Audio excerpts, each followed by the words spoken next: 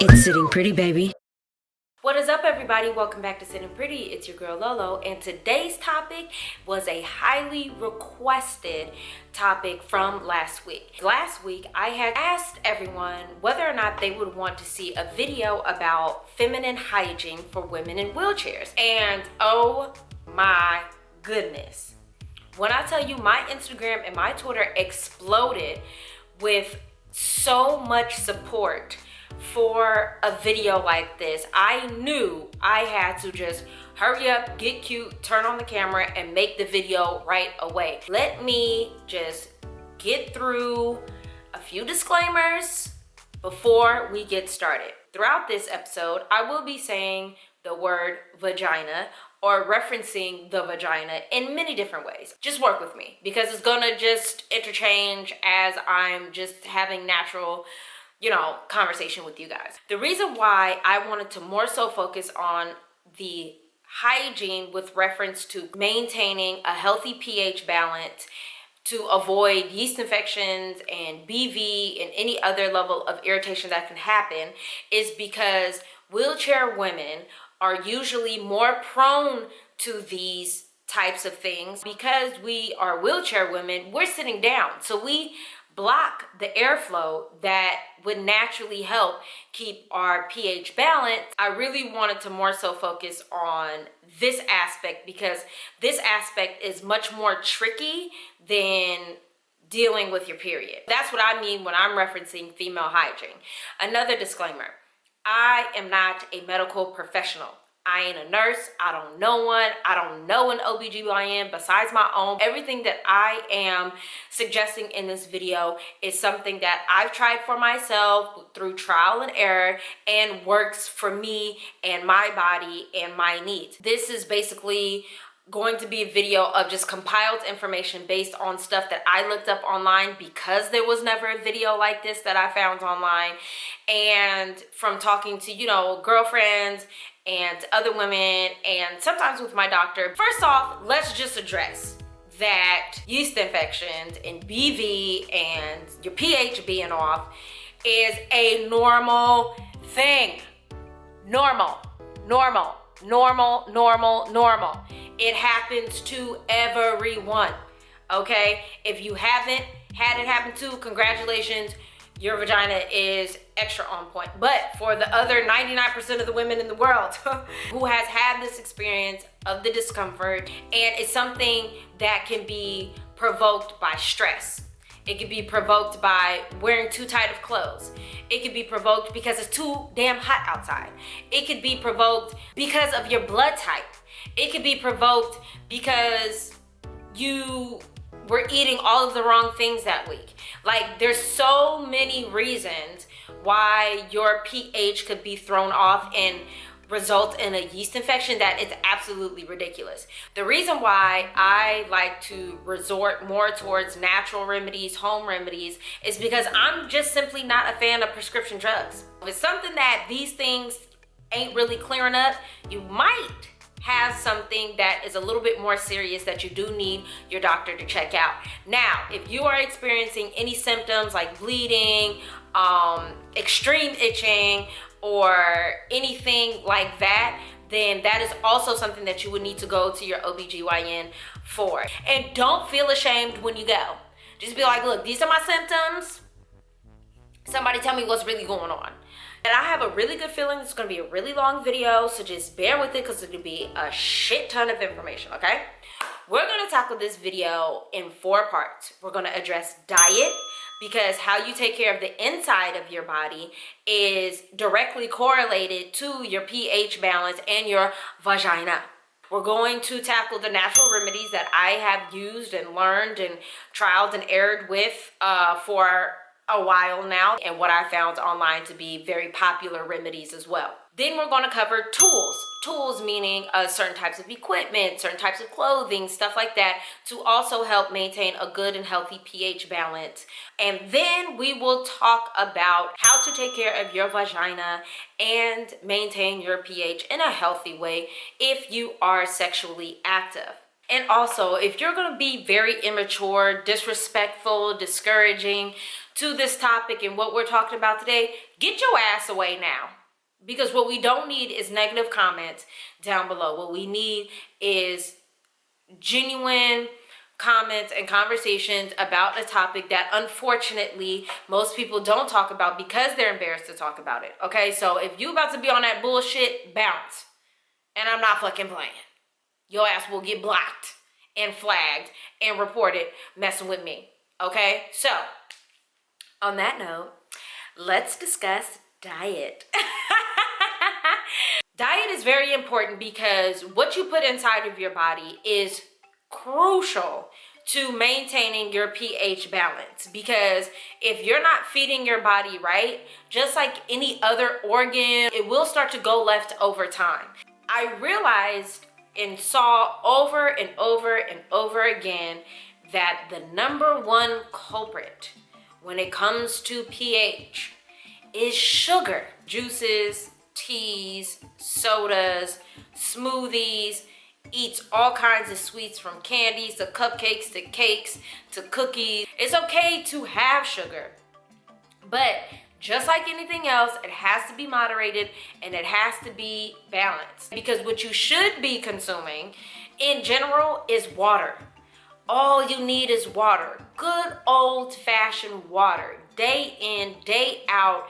Cup after cup after cup after cup. There's so many other factors that have nothing to do with diet that can also affect your pH balance. So if you at least are staying healthy, you're off to a good start. You want to make sure you're getting as much airflow as possible to the vagina, okay? Meaning the clothes that you wear, your panties, 100% cotton panties.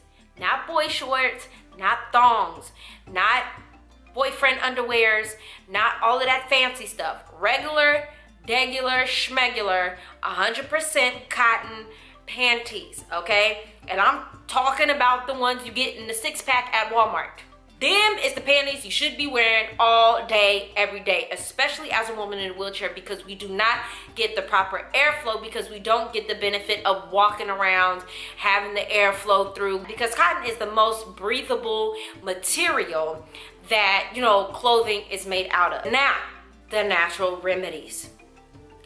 These things are your typical household items that are normally in anybody's kitchen, that you can find at any grocery store. But the benefit of it is that it has multiple uses besides just maintaining your pH. So at the end of the day, you're getting the most bang for your buck. So let's start with coconut oil.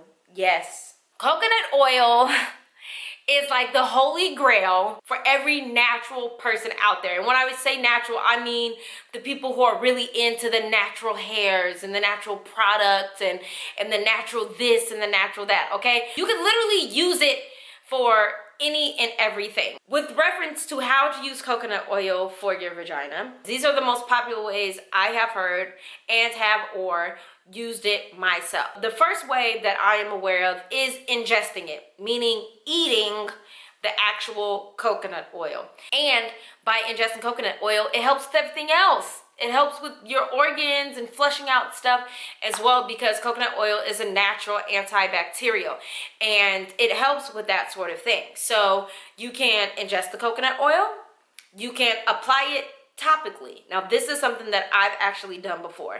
So what you want to do after the shower or the bath, dry off really well. I'll get into how to do that. Take your coconut oil, put it in a little like plastic container off to the side, get a cotton, told you cotton is crucial, cotton pad, dip it in the coconut oil that's in the plastic container, spread eagle, and just get to, you know, get to wiping it down there. Okay, let it melt, because your body heat will naturally have it melt. So make sure you put a towel underneath yourself. If you can kind of get some literally inside of the vagina, that's even better. And then kind of just lay there for a few minutes, so that way, you know, the heat of the oil isn't like out of control. And if you need to wipe up a little bit, and then put on your underwear and your pants and go on throughout your day. Now, you definitely want to be mindful. You don't want to use too much coconut oil, because if you use too much, then that stuff will get on your clothes and it's all bad from there. You can also, from what I've heard, I have not tried personally, but I have heard and read online that a lot of women, what they do is they dip a tampon in coconut oil, get it real soaked up, shove it on up in there, and go to sleep. And by the time they wake up, everything's done. Everything's cured, everything's gone. It was almost like it never happened. I have not tried that personally because I struggle using tampons because of my hands. It's just kind of difficult shoving stuff up in there. So I choose not to use that, but I have heard that that is a way that you can use coconut oil when trying to maintain your pH. The type of coconut oil that you want to make sure that you buy is organic and unrefined coconut oil. My next natural remedy is apple cider vinegar. Yes, apple cider vinegar. Good old ACV. Apple cider vinegar can be used for hella different things that have nothing to do with your coochie. The thing about apple cider vinegar, though, is that it is very, very strong in its natural state. Okay? So, you want to always dilute your apple cider vinegar before either ingesting it or applying it topically to your body, because it can burn. What I have done before is use like a little shot of the vinegar, put it in a cup, fill it halfway with water, and just down it. Just down it like an alcoholic drink you want to take, and you know it's going to get you fucked up, but it's nasty. Once in the morning and once before going to bed. And after a few days of doing that, it actually does help relieve your symptoms. Another way is in a bath. They say use like a couple capfuls of apple cider vinegar, fill the rest of the tub up with water, and then lay in it, sit down in it, and just bathe and marinate for a few minutes. And apparently that is like an instant cure for it. Now, I personally have not used that method because I physically am unable to get in and out of a bathtub on my own. So a way that I've kind of made it an accessible situation for myself is by putting a capful of apple cider vinegar in a small container, filling the rest of it up with water, getting in the shower, spreading eagle, standing up in the shower, and just kind of splashing it up there. I know it sounds crazy and it may not even be the most effective way, but when I've done it and know that it's up in there and it's been splashed around, it has definitely helped relieve and alleviate some symptoms. Now, another natural remedy is cranberry juice. Yes, good old-fashioned cranberry juice. Now, the thing about cranberry juice is you can only ingest it. I haven't heard or seen anyone use it topically and felt like it helped them. But what a lot of people do is drink cranberry juice on a regular basis simply to maintain their pH. What I like to do is at least drink a glass a day. And if it's already too late and I'm already experiencing some symptoms, then what I do is I take like big gulpfuls in the morning and right before I go to bed, because the real cranberry juice is nasty. It is tart, it is very strong, but the shit does wonders. I've heard of people using cranberry pills as well. I don't like pills, so I don't mind thugging it out to get through a glass of cranberry juice on a regular basis. If you are at the store and your cranberry juice, one, isn't in a glass bottle, that ain't the right one. Secondly, all you need to do is look at the ingredients. All the ingredients need to say is cranberries or cranberry juice. If it says anything more than that, if it has other juices in it, if it has shit you can't pronounce and all that kind of stuff, that is not the proper cranberry juice to help maintain your pH. You need the 100% all natural cranberry juice. And that's that. Those are the natural remedies. The beauty about those things is that if for whatever reason you're just caught up in life and the next thing you know, you're experiencing symptoms of a yeast infection, these are the immediate things that you can go to and you can apply it the way that I suggested it, or go online and find other ways to use these products, and it'll help alleviate and pretty much cure your yeast infection without needing to go to a doctor, use prescription creams or prescription pills in order to clear up something that can be cleared up with just some coconut oil and some cranberry juice. I don't know the proper way to kind of group these couple of things, but basically, I guess household tools that you can use that also helps with your pH. So, first things first, blow dryer, travel size. I know what you're thinking. What the hell does a blow dryer got to do with keeping my vajayjay clean? One of the major causes of imbalanced pH and causes for yeast infection is an overgrowth of moisture in your vagina, which is why I keep stressing that airflow is necessary, because if your coochie is too moist and moist from either sweat or not getting proper airflow or not drying off properly after a bath or a shower, and you know your pubic hairs are still moist, and then you put on tight drawers that aren't cotton, then you put on jeans, and then you sit down all day, then it might be hot outside and you're stressed, your coochie is gonna be off, honey, okay? So the reason why the blow dryer is crucial is because after a bath or a shower, a blow dryer assures that your vagina and vaginal area will be very dry. And not like dry to where you're like not moisturized. I don't mean it like that, but like dry in a sense that the water from taking a shower will not just sit there and accumulate before putting on panties. You see what I'm saying? The dryer is 100% helpful because it removes the extra moisture that can be added to what your body naturally secretes because you're sitting down all day as a wheelchair person. What I do is I put like a towel or a blanket down and I lie down, spread eagle, and just turn that bad boy on and just fan it dry. Another tool to maintain your pH is a removable shower head. When you're bathing or you're taking a shower, you know, the soap is running all over you, and naturally it's gonna run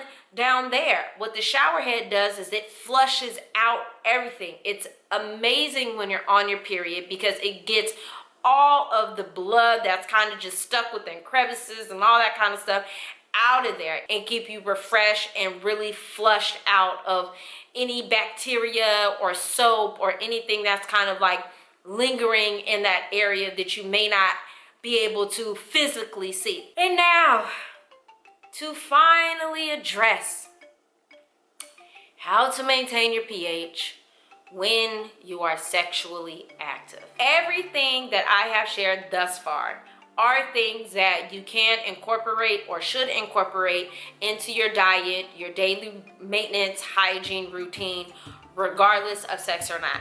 The thing that is unique about being mindful because you are sexually active is the fact that you are inserting foreign things into your body, whether you're using lube, condoms, you're having unprotected sex, which you should not be having unless you're trying to get pregnant.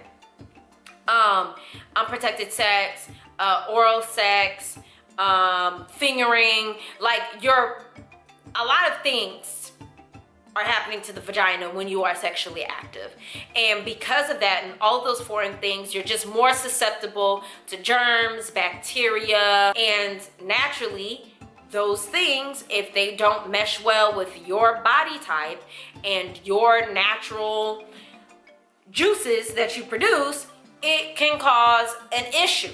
But one thing that I have learned from talking to a whole bunch of people and reading things online is that a lot of people will get a yeast infection because they are not using the proper condoms for their body. The thing is, if you are having sex and you're using condoms and you are experiencing redness, it feels very raw, any level of irritation, like anything that's just not making the experience comfortable for you, there's a good chance that you might be allergic to latex. And do not let nobody tell you just because they have a latex allergy that they can't use condoms and that way you guys can only have unprotected sex. That's fucking bullshit. There are non-latex condoms that are regularly produced by top condom brands. Go get you some and try them out and see if they work for you. I had to learn that on my own as well. I was active with a guy before and the sex was cool. My vagina was just really irritated after we were done and during the process. And so I expressed that to him. I was like, I don't know what's going on, but my hoo-ha is just not feeling whatever is happening. And so he was just like, I wonder if you're allergic to latex. You know, let's wait a few days. I'll get a non-latex condom and let's try it out. Honey, whew. When that non-latex condom was used, it changed the entire experience.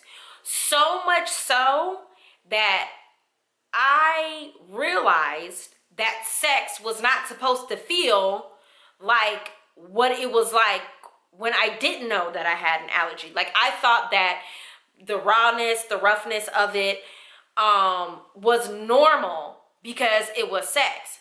When that's not how it's supposed to feel. It's supposed to feel smooth. It's supposed to feel, you know, good. It's supposed to be enjoyable. You should be done, when you're done having sex, you should be able to wash up and lay down comfortably.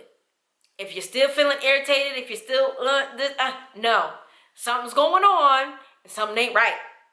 So use non-latex condoms. General things to keep in mind when needing to maintain cleanliness, pH balance, and all of those things in order to avoid your pH going left. Pay very close attention to your body on a daily basis.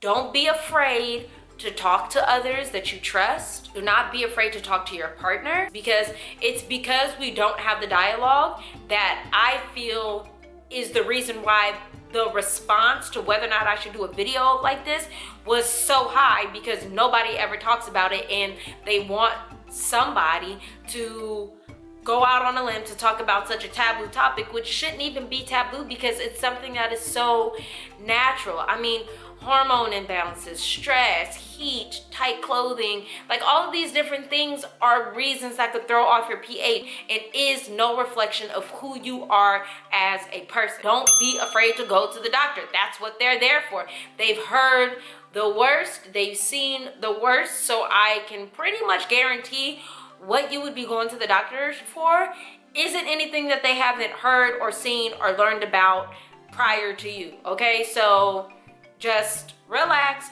go there on a regular basis. Be very comfortable with your body. Look at it from time to time. Get a little mirror and take a peek down there. See what's going on. See what she's looking like. See what's happening. Be gentle with her. You know, when you're washing her, use natural, unscented stuff. Be mindful of your diet. Be mindful of what you're doing physically. You know, you can't just be out here in the world just lollygagging and just going on about in the world, and then when something comes up, you're like, I don't know what to do. What happened? What is this? Like, no, like, and especially as you get older, like, your body will change. What I could do at 21, 22, I cannot do at 31 going on 32 years old. It's just not gonna happen. Woo, I am tired. This is a long video. That's all that I know of to share. I hope I have educated and relieved the pressure or the discouragement. Trust, you're not the only one. You don't have to go through life feeling uncomfortable, especially as a woman in a wheelchair. We already have so many things going on that we have to be mindful of with regards to our health. Our coochie should be the thing that we love and take care of the best. And I know, you know, with people with disabilities, a lot of times medication is a big thing that we have to deal with. I'm hoping that with these natural remedies, that if your medication does throw off your pH, using these natural remedies can help get your pH back balanced and feeling comfortable and still be able to take your medication. Now, if you are on medication, always consult your doctor. Even though these are natural remedies, you'd be surprised that sometimes natural things do counteract with certain prescription drugs. So please consult with your doctor first. Ask them what they think or what they believe. Do some Google searches, see what other people are saying out there. A lot of these tips are obviously for both able-bodied and disabled women, but I did focus on the fact that women with disabilities, there are certain things that are just unique to our experiences that, you know, I'm hoping these can be helpful for, because all of these products are accessible. You know, if you're not good at taking pills or you can't take pills, you don't have to take no pills. Using a travel size blow dryer and a shower head are very lightweight products, so they're not even heavy tools, you know what I mean? So you hopefully will be able to use them in some way, shape, form, or fashion, but there's always an accessible way to use any of these products. Thank you so much. I appreciate you all. Thank you for all of you who responded and requested this episode. And yeah, I hope it helps. I hope your pH stays balanced. I hope your coochie stays fresh and beautiful and flowing and juicy and all of those things, you know. Just enjoy her, get to know her. It's what we have to do. All right? Until next time, y'all, like, share, and subscribe. It's Sitting Pretty, baby.